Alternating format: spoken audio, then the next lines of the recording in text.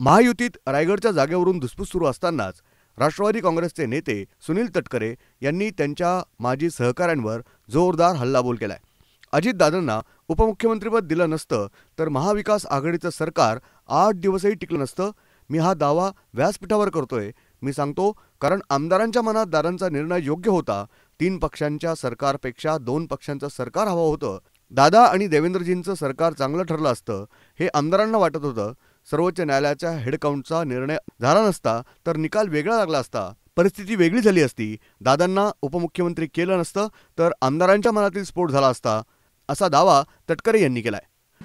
पण राजकीय कार्यकर्ता म्हणून मी नक्की सांगेन, कारण अनेक जण हल्ली स्वतःला फार काय मोठं समजण्याच्या नावाखाली एक वक्तव्य करतात. त्याच्यामध्ये अजितदादांना उपमुख्यमंत्री केले चूक झाली असं ते म्हणत आहेत. मी आज आपल्या मार्फत ठामपणाने सांगतोय की अजितदादांना मुख्यमंत्रीपद दिलं मेहरबानी नव्हती. अजितदादा उपमुख्यमंत्री झाले नसते तर महाविकास आघाडीचं सरकार 8 दिवस सुद्धा टिकलं नसतं. ब्युरो रिपोर्ट, न्यूज डेस्क, महानगराची लाईफलाईन, मेट्रो न्यूज.